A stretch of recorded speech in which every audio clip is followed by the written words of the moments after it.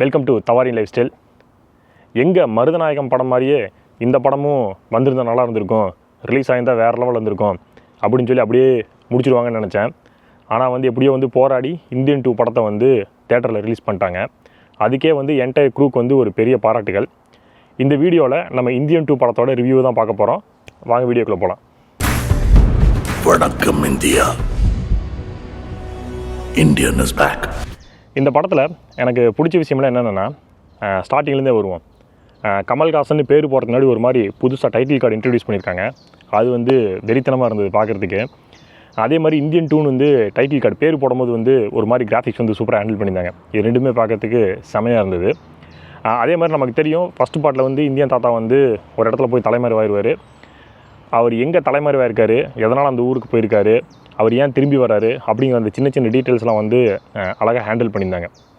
இந்த படத்தோட audio release ஆகும்போது, எஸ்பெஷலி இந்த தாத்தா வராரு அப்படிங்கிற பாட்டு ரிலீஸ் ஆகும்போது எல்லோரும் போட்டு கலாச்சிட்டு இருந்தாங்க. அப்படியே கேட்க ஒரு மாதிரி நல்லா இருக்கிற மாதிரி இருந்தது. ரீல்ஸில் பார்க்க அடடா வெறியாக இருக்கே அப்படின்னு சொல்லி பார்த்துட்டு இருந்தோம். நம்ம இப்படி இந்த ஆளுமா டோலுமா பாட்டு ரிலீஸ் ஆகும்போது எல்லா ஃபங்க்ஷன்லேயும் இந்த பாட்டை போட்டு ஆடிட்டு இருந்தாங்க. அதே மாதிரி அடுத்த ஒரு 4-5 வருஷத்துக்கு இந்த பாட்டு இல்லாத ஃபங்க்ஷனே இருக்காது எனக்கு தெரிஞ்சு. அப்படி தான் இருந்தது ஒரு மாதிரி செலிப்ரேஷனாக தேட்டரில் பார்க்கும்போது. டயலாக் எல்லாமே அங்கங்கே செமையாக இருந்தது. எஸ்பெஷலி கமல்ஹாசன் ஒரு டைலாக் சொல்லுவார், குடும்ப அரசியல் போய் இப்போ வாரிசு அரசியல் போய் இப்போ வாரிசு சிபிஐயா அப்படிங்கிற டைலாக் ஆகட்டும். அதே மாதிரி ஆன்டிக் பீஸ் ஒன்று மாட்டியிருக்குடா அப்படின்னு சொல்கிறதாகட்டும். இந்த மாதிரிலாம் சின்ன சின்ன டைலாக்லாம் படம் ஃபுல்லாகவே நல்லா இருந்தது. ட்ரெய்லரில் பார்க்கும்போது மேக்கப் உண்மையாலுமே இந்தியன் தாத்தா தானா, உண்மையாலுமே கமல்ஹாசன் தானா அப்படிங்கிற மாதிரி தான் இருந்தது.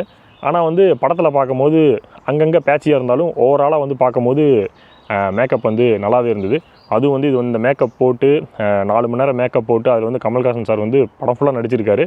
அதுக்கே ஒரு பெரிய ஹேட்ஸ் ஆஃப். நல்லாவும் இருக்குது படத்தில் பார்க்கும்போது.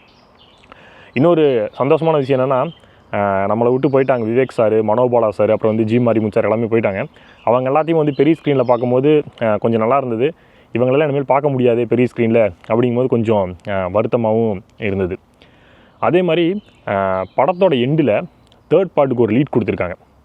அதில் பார்த்திங்கன்னா கமல் சாரை டிஏஜிங் மெத்தட் யூஸ் பண்ணி கொஞ்சம் வயசு கம்மியாக காட்டி பயங்கரமாக இருந்துச்சு. அந்த ஒரு 2.5 நிமிஷம் கிளிப்பு படம் முடிஞ்சதுக்கப்புறம் அந்த ரோலிங் டைட்டில் வந்ததுக்கப்புறம் ஒரு 2.5 நிமிஷம் கிளிப் வருது. அது 3rd பார்ட்டுக்கு லீடு செமையாக பண்ணியிருந்தாங்க. அதை மட்டும் பர்ஃபெக்டாக ஹேண்டில் பண்ணாங்கன்னா பார்ட் 3 உண்மையாலுமே நல்லாயிருக்கும். இப்போ பஞ்சாயத்துக்கு வருவோம். பொதுவாக நான் படத்துக்கு ரிவ்யூ பண்ணும்போது எது இன்னும் கொஞ்சம் பெட்டராக இருந்திருக்கலாம் அப்படிங்கிற மாதிரி தான் சொல்லுவேன். ஆனால் இந்த படத்தில் எது எனக்கு பிடிக்கல அப்படின்னே சொல்கிறேன். எங்கேருந்து ஸ்டார்ட் பண்ணுறதுனா, நம்ம பார்ட் 1லேருந்து ஸ்டார்ட் பண்ணலாம். இந்தியன் 1 பார்ட் 1, அந்த பார்ட் 1 ரிலீஸ் ஆகும்போது 1996. அப்போ எனக்கு 7 வயசு. கண்டிப்பாக இந்த படத்தை நான் போய் தேட்டரில் பார்க்கல. ஒரு 6-7 வருஷம் கழித்து டிவியில் பார்த்துருப்பேன் கண்டிப்பாக. அப்போலேருந்து இப்போ வரைக்கும் இந்த படத்தை கேடிவியில் போட்டிருந்தாலோ இல்லை யூடியூப்பில் அப்பப்போ பார்த்தாலோ எந்த சீனுமே ஸ்கிப் பண்ணாமல் கம்ப்ளீட் படத்தை பார்ப்பேன். ஏன்னா படம் ஃபுல்லாகவே அவ்வளோ கூஸ்பம்ப் சீன்ஸ் இருக்குது. செமையாக இருக்கும் படம் பார்க்குறதுக்கு. எஸ்பெஷலி இந்த பார்ட் 1ல் கமல் சார் நிலக்கல் ரவியை கட்டி போட்டு ஒரு டயலாக் பேசுவார். ஒரு ஃப்ளாஷ்பேக் சீன் நடக்கும், அந்த சீக்வன்ஸ் இருக்குல்ல, அதெல்லாம் பார்க்கும்போது இப்போயுமே கூஸ்பம்ப்ஸ் வரும். அதே மாதிரி சீனை இந்த இந்தியன் 2லையும் ஹேண்டில் பண்ணியிருக்காங்க. சுத்தமாக ஒட்டவே இல்லை. அந்தளவுக்கு இம்பேக்ட் இல்லைனா கூட பரவாயில்ல, இது ஒரு மாதிரி காமெடியாக எடுத்து வச்சுருக்காங்க. எனக்கு அதை பார்க்கும்போது பயங்கரமாக டிசப்பாயிண்டாக இருந்தது. அதே மாதிரி நமக்கு இந்தியன் 1ல் இந்தியன் தாத்தா ஒருத்தரை கொலை பண்ண போகும்போது யாரெல்லாம் கொலை பண்ண போகிறாங்களோ, என்ன காரணத்துக்காக கொலை பண்ணுறாரோ அதெல்லாமே நமக்கு ரொம்ப நம்ம டெய்லி பார்க்குறது, ரொம்ப நம்ம டெய்லி ஃபீல் பண்ணுற மாதிரி தான் அந்த சீன்ஸ் எல்லாம். ஆனால் இதில் கொலை பண்ணுறதுக்கு கொடுக்குற ஜஸ்டிஃபிகேஷன்லாம், அவங்க யார், அவங்க எதுக்காக கொலை பண்ணுறாங்க, அந்த ஜஸ்டிஃபிகேஷன் எதுவுமே சுத்தமாக ஒட்டவே இல்லை. அந்த ஃபஸ்ட்டில் அந்த பார்ட் 1ல் கொலை பண்ணும்போது இந்த இம்பேக்ட்டு பார்ட் 2ல் சுத்தமாகவே இல்லை. பார்ட் 1ல் கொலை பண்ணும்போது இவனெல்லாம் குத்தி கொல்லணும் அப்படிங்கிற மாதிரி தான் இருக்கும். பார்ட் 2ல் அவர் கொல்றதெல்லாம் கெட்டவனுக்கு தான். ஆனால் அந்த கொல்லும் போது அந்த இம்பேக்ட் இல்லவே இல்லை. அதுவும் கொல்ற சீன்லாம் ஒரு மாதிரி காமெடியாக பண்ணி வச்சுருந்தாங்க. இதை இதில் யூஸ் பண்ணுறது வர்மக்கலையா இல்லை வர்ம கொலையான்னு தெரில. ஏன்னா எனக்கு இந்த படத்தில் இந்த வர்மக்கலையை யூஸ் பண்ணது எப்படி இருந்ததுன்னா, நம்ம 7ஆம் அறிவில் பார்த்துருப்போம், நோக்கு வருமம் அப்படின்னு சொல்லி ஒரு கான்செப்ட் இருக்குல்ல, அதை படம் ஃபுல்லாக வச்சு தேய்ச்சி செம்ம காண்டார மாதிரி பண்ணியிருப்பாங்க.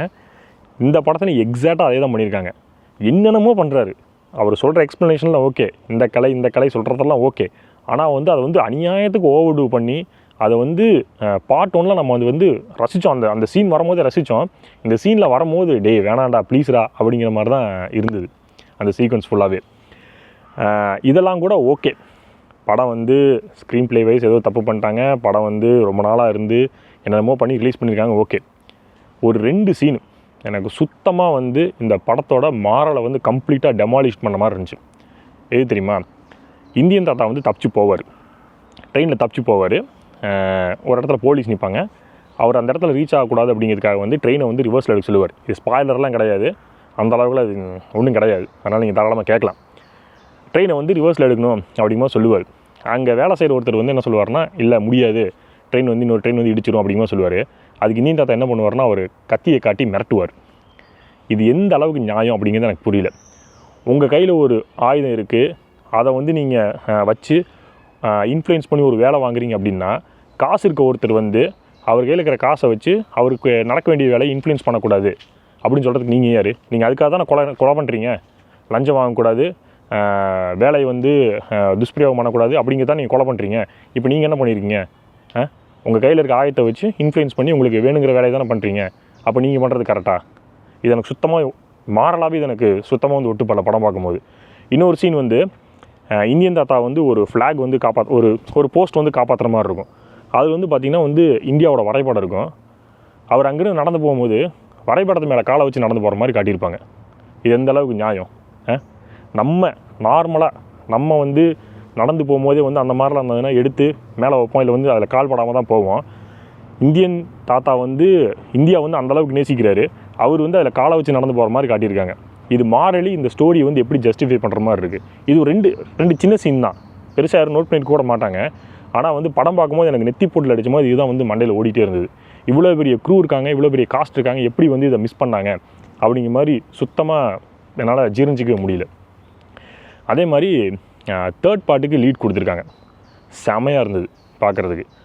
என்னை பொறுத்த வரைக்கும் 2 பாட்டை தனித்தனியாக எடுக்காமல் அந்த தேர்ட் பார்ட்டுக்கு லீட் கொடுத்துருக்காங்கல்ல, அதையும் வந்து இதிலே வந்து ஃப்ளாஷ்பேக் மாதிரி வச்சு ஃபஸ்ட்டு பார்ட்டில் எப்படி வந்து ஃப்ளாஷ்பேக் ஹேண்டில் பண்ணி ஒரு மாதிரி படத்தை முடிச்சாங்களோ அதே மாதிரி இதையும் ஹேண்டில் பண்ணி முடிச்சிருந்தாங்கன்னா கண்டிப்பாக இந்த படம் நல்லா இருந்திருக்கும். தேவையில்லாமல் வளன்னு சொல்லி 3 மணி நேரம் இந்த படம். நீங்கள் இன்டர்வலோட சேர்த்து ஃபேமிலியோட போனீங்கன்னா 1/2 நாள் உங்களுக்கு முடிஞ்சுது. அதுக்கு ஒர்த்தான படமானு கேட்டால் கண்டிப்பாக ஒர்த்தான படம் கிடையாது. இந்த படத்தை நான் திருப்பி ஓடிடியில் பார்ப்பேனான்னு கூட தெரியாது ரிலீஸ் ஆச்சுன்னா. உங்களுக்கு படம் பார்க்கணும்னு தோணுச்சுன்னா டீன்ஸுக்கு வந்து நல்ல ரிவ்யூ வந்துட்டுருக்கு, பார்த்திபன் நடித்த படம் டீன்ஸ், அதை போய் பாருங்கள். இல்லையா நெட்ஃப்ளிக்ஸில் வந்து மகாராஜா படம் ரிலீஸ் ஆகிருக்கு, அதை போய் பாருங்கள். இந்த படம் கண்டிப்பாக வந்து தேட்டரில் போய் பார்க்குற அளவுக்குலாம் ஒர்த்து கிடையாது. ஓடிடியில் எப்படி இந்த மேக்ஸிமம் 20 நாளில் ரிலீஸ் ஆயிரும். அப்போ பார்த்துக்குங்க. நான் இந்த ரிவ்யூ ஸ்டார்ட் பண்ணுறதுக்கு முன்னாடி கூட நான் சும்மா ஃபேஸ்புக்கில் நோண்டிட்டு இருந்தேன். அப்போ போட்டிருந்தாங்க படத்தை வந்து 20 நிமிஷம் ட்ரிம் பண்ணிட்டாங்க இந்தியன் 2 அப்படின்னு சொல்லி. மேபி அதுக்கப்புறம் பார்த்தா வந்து உங்களுக்கு ஒன் டைம் பார்க்குற மாதிரி இருக்கலாம்.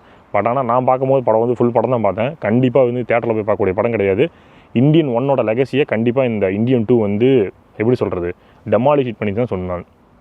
இதுக்கு இந்த படம் வந்து ரிலீஸே ஆயிருக்க வேணாம், இது வந்திருந்தால் நல்லாயிருக்கும்னு சொல்லி முடிச்சிருக்கலாம். பார்க்கலாம் பார்ட் 3 அது வந்து எப்படி இருக்குது அப்படின்னு சொல்லி. உங்களுக்கு நீங்கள் ஆல்ரெடி இந்த படம் பார்த்தீங்கன்னா உங்களோட கருத்து என்ன, நான் அதை மிஸ் பண்ணியிருந்தேன் என்ன அப்படிங்கிறத கீழே கமெண்ட்டில் போடுங்க. யாராவது படத்துக்கு போகலான்னு சொன்னால் கண்டிப்பாக இந்த வீடியோவை ஷேர் பண்ணி மச்சான் வேணாம் அப்படின்னு சொல்லுங்கள். நெக்ஸ்ட் வீடியோவில் பார்க்கலாம். பாய்.